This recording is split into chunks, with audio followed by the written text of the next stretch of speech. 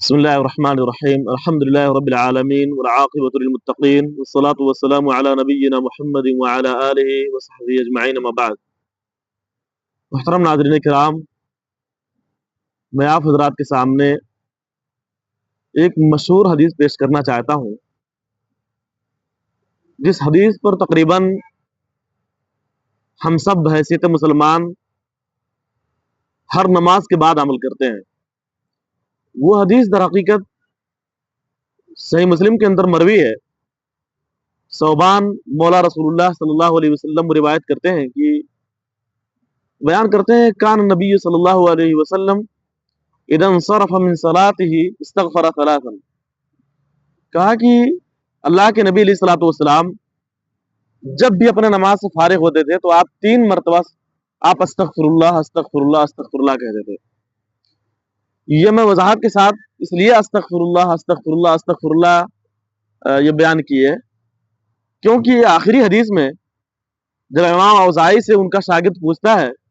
کہ استغفار کیا ہے تو وہ یہی طریقہ کار بتلاتے ہیں۔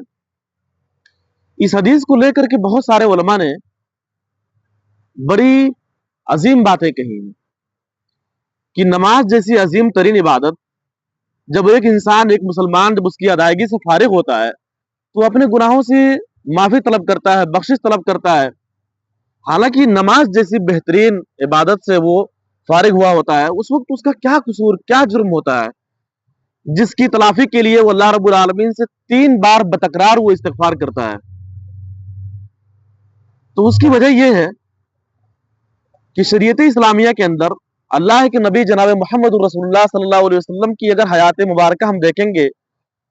آپ کے اعمال اور آپ کے افعال، آپ کے شب و روز کے حرکات و سکنات دیکھیں گے تو اس میں بیشتر طور پہ ہمیں جو بات معلوم ہوتی ہے وہ یہی، جیسا کہ امام ابن تیمیہ رحمہ اللہ نے فرمایا کہ وقد امر النبی صلی اللہ علیہ وسلم ان یختم عمله الخاص والعام بالاستغفار فکان الاستغفار نہایت عمله، کہا کہ اللہ کے نبی علیہ الصلوۃ والسلام اپنے ہر چھوٹے بڑے کام کو استغفار سے ختم کیا کرتے تھے۔ کوئی بھی عمل کیا اس کے بعد آپ صلی اللہ علیہ وسلم نے استغفار کیا۔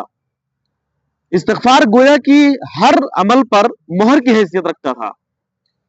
کوئی بھی نیک عمل کرے آدمی، اس کے بعد اللہ رب العالمین سے اپنی جو اس عمل کے اندر کمی یا کوتاہی واقع ہوئی ہے اس کو ختم کرنے کے لیے یا اس کی تلافی کے لیے آدمی استغفار کرے، یہ شریعت اسلامیہ کی بہت عظیم حکمت ہے۔ اور اس پر بہت سارے علماء نے اپنے وضاحتی بیانات اور اقوال نقل کیے ہیں، بلکہ جو حدیث میں نے نقل کی ہے، میں نے آپ کے سامنے پڑھی ہے، اس حدیث کو لے کر ملک شام کے ایک عظیم عالم دین ہیں علامہ محمد جمال الدین القاسمی رحمہ اللہ، 1332 ہجری میں ان کی وفات ہوتی ہے۔ محاسن التاویل ان کی ایک کتاب جو ہے تفسیر کی بہت مشہور ترین کتاب ہے، ان کا ایک رسالہ ہے 7-8 صفحے میں، سر الاستغفار عقب الصلوات، کہ نماز کے بعد جو استغفار کہتے ہیں، اللہ رب العالمین سے جو معافی طلب کرتے ہیں، اس میں راز کیا ہے۔ اس پر انہوں نے 7-8 صفحات پر مشتمل رسالہ تصنیف کی ہے، اور شیخ صالح العثیمی حفظہ اللہ نے اس کی شرح بھی کی ہے تقریباً۔ اسی حدیث کو لے کر کے انہوں نے اپنی گفتگو کا آغاز بھی کیا ہے۔ تو استغفار یہ ہر مومن کا سیوا ہونا چاہیے، بالخصوص جب کوئی نیک اعمال انجام دے، نیک کام کرے تو فوراً اللہ رب العالمین کے سامنے جو ہے بخشش طلب کرے۔ اور یہ قرآن مجید میں آپ دیکھیں حج کے معاملے میں ثم افیضوا من حیث افاض الناس واستغفروا اللہ، جب بھی حج کے معاملے میں آخر میں کہا کہ تم اللہ رب العالمین سے بخشش طلب کیا کرو۔ ایسے ہی نماز کے بارے میں جیسا کہ حدیث آپ کے سامنے گزری، سورۃ المزمل کی جو آخری آیت کریمہ ہے وہ ہماری اس گفتگو کے لیے بہت وضاحت کے لیے ثابت ہوگی۔ اللہ رب العالمین نے فرمایا، کہا ان ربک یعلم انک تقوم ادنی من ثلثی اللیل ونصفه وثلثه وطائفة من الذین معک، آخر میں کہا کہ فقرؤوا ما تیسر منه واقیموا الصلاة وآتوا الزکاة واقرضوا اللہ قرضا حسنا وما تقدموا لانفسکم من خیر تجدوه عند اللہ هو خیر وأعظم اجرا۔ آخر میں کیا فرمایا؟ نماز کا حکم دیا، زکوٰۃ کی ادائیگی کا حکم دیا، اللہ رب العالمین کو قرض حسنہ صدقہ و خیرات کرنے کا حکم دیا، لیکن آخر میں فرمایا واستغفر اللہ، ان سارے نیک اعمال کو انجام دینے کے بعد اللہ رب العالمین کے سامنے بخشش طلب کرو، اس سے معافی مانگو۔ ہو سکتا ہے کہ تمہارے اور یقینی طور پہ ایک انسان ہونے کے ناطے تمہارے گو کہ تم نیک اعمال انجام دے رہے ہو، اس میں کچھ کمی اور کوتاہی ہوگی، وہ استغفار سے بات پوری ہو جائے گی۔ یہی بات عبد الرحمن بن ناصر السعدی رحمہ اللہ نے اپنی مشہور تفسیر سعدی تیسیر الکریم الرحمن فی تفسیر کلام المنان، جو کی مشہور ترین تفسیر ہے، اذا جاء نصر اللہ والفتح ورأيت الناس يدخلون في دین اللہ افواجا فسبح بحمد ربک واستغفر انه كان توابا۔ آپ نے بڑی نفیس گفتگو فرمائی ہے۔ خلاصہ یہ ہے کہ اللہ کے نبی علیہ الصلوۃ والسلام کی پوری زندگی جو عبادت، بندگی اور عبودیت سے عبارت تھی، اس کے بعد اللہ رب العالمین نے آپ کے آخری لمحہ، آپ کے آخری وقت میں کیا فرمایا؟ کہا کہ فسبح بحمد ربک واستغفر، کہا کہ آپ اپنے رب کی تسبیح بیان کریں، حمد بیان کریں، اور پھر اللہ رب العالمین کی بخشش طلب کریں، اس سے آپ اپنے گناہوں کی معافی مانگیں۔ اس کی تفسیر میں عبد الرحمن بن ناصر السعدی اور دیگر مفسرین نے یہ بات کہی، کہا کہ اللہ رب العالمین نے جو استغفار کا حکم دیا تاکہ اللہ کے نبی علیہ الصلوۃ والسلام کی زندگی میں جو بھی نیک اعمال آپ کے سارے یہ اعمال نیک ہیں، آپ کی زندگی جو 23 سالہ نبوت کے بعد کی زندگی ہے، وہ استغفار اس کے لیے خاتمہ بن جائے۔ یہ بہت بڑی بات ہے، اس میں ہمارے لیے بہت بڑی نصیحت ہے۔ اور سعدی رحمہ اللہ نے بڑی خوبصورت ترین بات فرمائی، کہا وقد عہد ان الامور الفاضلة تختم بالاستغفار كالصلاة والحج وغیر ذلك، کہا کہ یہ بات شریعت میں ملحوظ ہے، یہ دیکھی جاتی ہے کہ نیک اعمال کا اختتام جو ہے وہ استغفار سے کی جاتی ہے، جیسے کہ نماز کا معاملہ ہوا، حج کا معاملہ ہوا۔ ایک بات اور ہے، سورہ زاریات کے اندر جو اللہ رب العالمین نے قسمیں کھائی ہیں، والداریات دروا فالحاملات وقرا فالجاریات یسرا، پھر آخر میں کہا ان المتقین فی جنات وعیون، اور ان کی صفات بیان کرتے ہوئے اللہ رب العالمین نے جو فرمایا کہ وَكَانُوا قَلِيلًا مِّنَ اللَّيْلِ مَا يَهْجَعُونَ وَبِالْأَسْحَارِ هُمْ يَسْتَغْفِرُونَ۔ امام ابن القیم رحمہ اللہ، حافظ ابن تیمیہ رحمہ اللہ کے شاگرد، اس آیت کریمہ کی روشنی میں اپنی کتاب التبیان فی ایمان القرآن میں بڑی عظیم گفتگو کرتے ہیں، بہت بہترین گفتگو ہے۔ کہا کہ دیکھیں اللہ رب العالمین نے اپنے نیک متقی بندوں کی صفات بیان کرتے ہوئے کہا کہ وہ رات بھر عبادت کرتے ہیں، بہت کم سوتے ہیں، عبادت جب کرتے ہیں تو اپنی عبادت کا آخری لمحہ جو ہوتا ہے،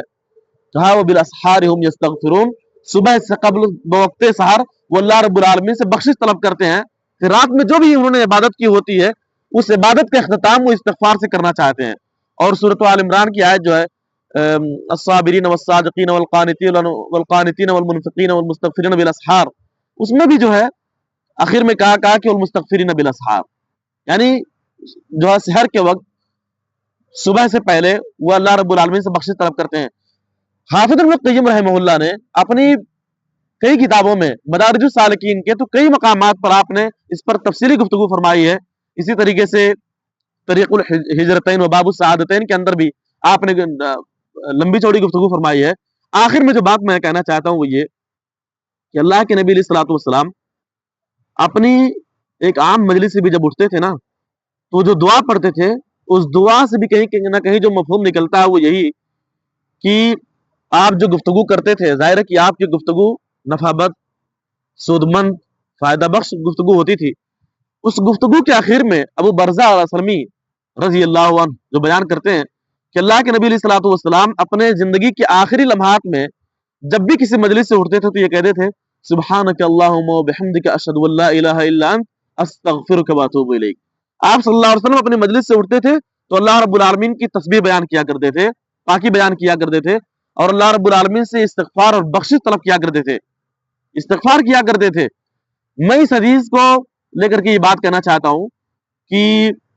ہمارے عصر حاضر کے ایک عظیم عالم دین ہیں علامہ محمد بن آدم ایتھیوبی رحمہ اللہ، شروحات حدیث میں ان کا بہت عظیم کام ہے۔ میں نے دیکھا خاص طور پہ صحیح مسلم کی شرح یا دیگر کتب حدیث کی جو انہوں نے شرح کی ہے البحر المحیط سجاد وغیرہ میں، یعنی 40 سے زائد جلدوں میں ہر جلد کے آخر میں آپ رحمہ اللہ جب اپنی اس کتاب کا اختتام کرتے ہیں تو یہی دعا لکھتے ہیں سبحانک اللہم وبحمدک اشہد ان لا الہ الا انت استغفرک واتوب الیک، کہ اللہ تو پاک ہے، تیرے سوا کوئی معبود براک نہیں، میں تجھ سے بخشش طلب کرتا ہوں، تیری طرف رجوع کرتا ہوں۔ اس دعا کے اہتمام کرنے سے مجھے جہاں تک لگتا ہے اور یقینی طور پہ یہی تاثر ملتا ہے کہ شاید علامہ محمد بن آدم ایتھیوبی رحمہ اللہ ان کے بھی پیش نظر یہ حدیث پاک تھی، اور اسی حدیث پاک کو پر وہ عمل کرتے ہوئے وہ